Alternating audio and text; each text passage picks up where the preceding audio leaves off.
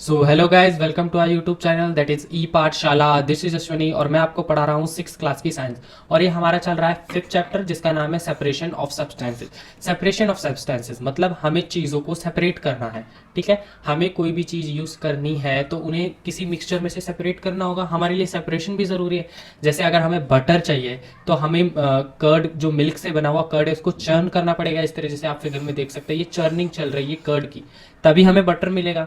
हमें चाय पीनी है, चाय बनाए बिना चाय पत्ती निकाले थोड़ी हम चाय पी सकते हैं, तो हमें चाय पत्ती निकालनी पड़ेगी। तो ये सेपरेशन हमारी लाइफ में बहुत ज़रूरी होते हैं। ऐसे ही मैं एक आपको और एग्जांपल देता हूँ जो बुक में नहीं है। ज़मीन के नीचे से निकलता है, जैसे पेट्रोलियम। अब पेट्रोलियम में से कितनी चीज़ें निकलती है आप अगर देखेंगे तो पेट्रोल, अगर आगे वाली क्लासेस में आप पढ़ेंगे इन्हें भी।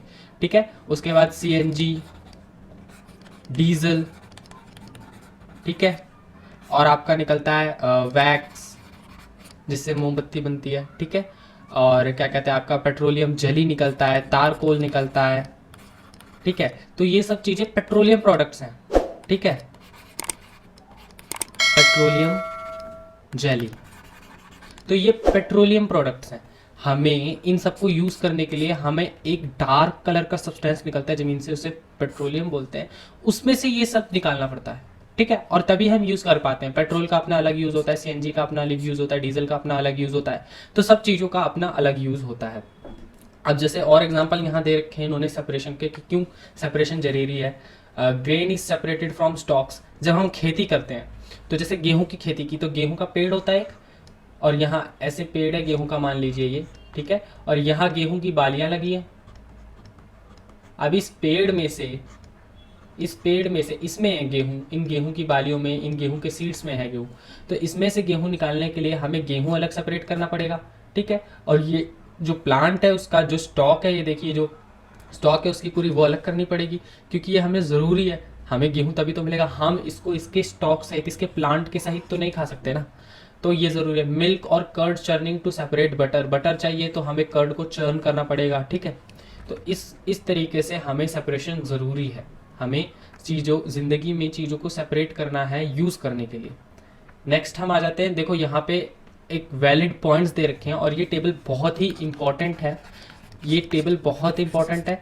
इसमें बता रखा है कि why do we separate substances, हमें सेपरेट क्यों करने चाहिए सब्सटेंसेस को। तो सबसे पहले दे रखा है सेपरेशन प्रोसेस। ठीक है, purpose for which we do the separation, मतलब हमारा पर्पस क्या है उसको सेपरेट करने का। What do we do with the separated components. अब हम जो ने सेपरेट किया है कंपोनेंट्स को, उनके साथ हम क्या करेंगे। तो सबसे पहले क्या है, सेपरेशन स्टोन्स फ्रॉम राइस। जो चावल होते हैं उसमें स्टोन्स होते हैं, छोटे छोटे कंकड़ होते हैं। कभी आपने देखा होगा आपकी मम्मी चावल बिनती है, क्यों बिनती है, क्योंकि उसमें छोटे छोटे कंकड़ होते हैं। अगर हमने ऐसे ही बना लिए चावल बिना कंकड़ निकाले तो वो कंकड़ हमारे पेट में जाएंगे और डिजीज पैदा करेंगे काफ़ी तरीके की। इस वजह से उन कंकड़ों को निकालना, उन छोटे छोटे स्टोन्स को निकालना ज़रूरी है। To separate two different but useful component, हमें दोनों डिफरेंट पर यूजफुल कंपोनेंट को निकालना पड़ेगा, क्योंकि राइस एक यूजफुल है, राइस को हमें खाना है, स्टोन यूजफुल नहीं है। ठीक है, अब हमें राइस चाहिए तो स्टोन निकालने पड़ेंगे, स्टोन के सहित हम राइस तो खा नहीं सकते हैं। ठीक है, तो हम क्या करेंगे, we throw away the solid component. अब जो स्टोन निकला, यहाँ ढंग से लिखा नहीं है, स्टोन निकला जो हमारा, उसको तो हम फेंक देंगे, थ्रो कर देंगे। और जो राइस निकला हमारा उसको हम बना लेंगे, कुक कर लेंगे। ठीक है, नेक्स्ट है churning milk to obtain butter. यहाँ मिल्क एक्चुअली कर्ड होना चाहिए, मिल्क से कर्ड बनता है, कर्ड को हम चर्न करते हैं। ठीक है, to remove non useful components, हम क्या करते हैं इसमें से नॉन यूजफुल कंपोनेंट्स, मतलब हमें बटर चाहिए तो बटर निकालेंगे और जो लेफ्ट हो गया वो लस्सी टाइप बचता है। ठीक है, तो हमने चर्न किया, हमें दो सब्सटेंस मिले, एक बटर मिला, ठीक है, और एक खाली वाटर टाइप मिला, उसे आप छाछ भी कहते हैं, वो पी भी सकते हैं नहीं भी पी सकते, उसमें कोई ज़्यादा टेस्ट नहीं होता है। We throw away the impurity, जो इम्प्योरिटीज़ निकली, वाटर और इम्प्योरिटीज़ बाकी बचती हैं। ठीक है, वाटर और इम्प्योरिटीज़ बची, तो वाटर और इम्प्योरिटीज़ को हम क्या करते हैं, थ्रो कर देते हैं, और बटर को हम यूज़ कर लेते हैं। नेक्स्ट आया सेपरेट टी लीव्स। हम चाय बनाते हैं तो उसमें से चाय पत्ती, टी लीव्स को अलग करना पड़ता है। टू रिमूव इम्प्योरिटीज और हार्मफुल कंपोनेंट्स, हमें चाय पत्ती निकाल के ही पीनी चाहिए, चाय पत्ती सहित हम चाय नहीं पी सकते। We use both the components, we, इसमें हम दोनों कंपोनेंट्स, देखो चाय पत्ती रीयूज हो सकती है। चाय पत्ती जो टी लीव, एक इसमें से क्या निकली, टी लीव्स निकली, टी लीव्स को हम रीयूज कर सकते हैं। और एज अगर आप यूज़ नहीं करना चाहते तो उसको एज अ मैन्योर भी आप यूज़ कर सकते हो, मट्टी में डाल दो, खाद बन जाएगी। ठीक है, अब बची हमारी टी को तो हम पी लेते हैं। तो इस तरीके से सेपरेशन चीज़ों का ज़रूरी है अपने मायने में। ठीक है, हमें राइस यूज़ करना है तो उसमें से स्टोन्स सेपरेट करने पड़ेंगे। हमें बटर चाहिए तो हमें मिल्क में बाकी जो इम्प्योरिटीज़ है, वाटर वगैरह, वो अलग करना पड़ेगा। बटर फैट होता है, फैट फॉर्म होता है, मिल्क में जो फैट होता है वही बटर होता है। ठीक है, तो उसे पाने के लिए हमें बाकी चीज़ें जो हैं उसमें से हटानी पड़ेगी। हमें चाय पीनी है तो उसमें से चाय पत्ती अलग करनी पड़ेगी। ठीक है, अब ना मेथड्स होते हैं सेपरेशन के, कई मेथड्स हैं। ये चैप्टर ही उसके बारे में, पूरे चैप्टर में अब यहाँ से लेकर के एंड तक मेथड्स बताए हैं सेपरेशन के। तो पहला है हैंड पिकिंग। हैंड पिकिंग मतलब नॉर्मल हाथ से बिन लेना या उठा लेना। ठीक है, हैंड पिकिंग, अगर आप हैंड पिकिंग की एक नॉर्मल सी डेफिनेशन लिखो तो removal of substances by hands. ठीक है, नॉर्मल हैंड से हम किसी सब्सटेंस को रिमूव करते हैं दूसरे में से, तो उसे क्या कहते हैं, hand picking.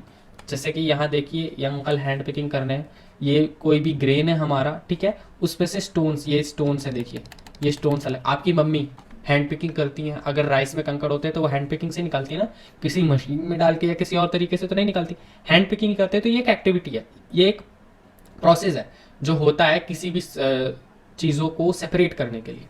This method of hand picking can be use for separating slightly larger size impurities like pieces of dirt, stone and husk from wheat, rice और पल्सेज।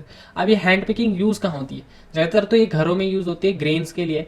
हमें अगर ग्रेन्स में से सबसे पहला स्टोन निकालना है, डर्ट निकालना है, हस्क यानी उसका भूसा, मान लो पत्ती पुत्ती कुछ आ गई वो निकालनी है, तो उसके लिए हमें हैंड पिकिंग करनी पड़ती है। ठीक है, the quantity of such impurities is usually not very large. इसमें क्या होती है, जो इम्प्योरिटीज होती है जैसे स्टोन, हस्क और व्हीट, ये काफ़ी ज़्यादा मात्रा में नहीं होते, कम मात्रा में होते हैं, इसलिए हैंड पिकिंग से हम आसानी से निकाल लेते हैं। और हाँ, ये साइज में भी बड़े होते हैं कि देखे जा सके और आराम से हाथ से पकड़ के निकाले जा सकें। In such situation we find that hand picking is convenient method of separation of separating substances. मतलब हमने क्या जाना कि जो हैंड पिकिंग है इसमें, ठीक है, ये काफ़ी कन्वीनियंट यानी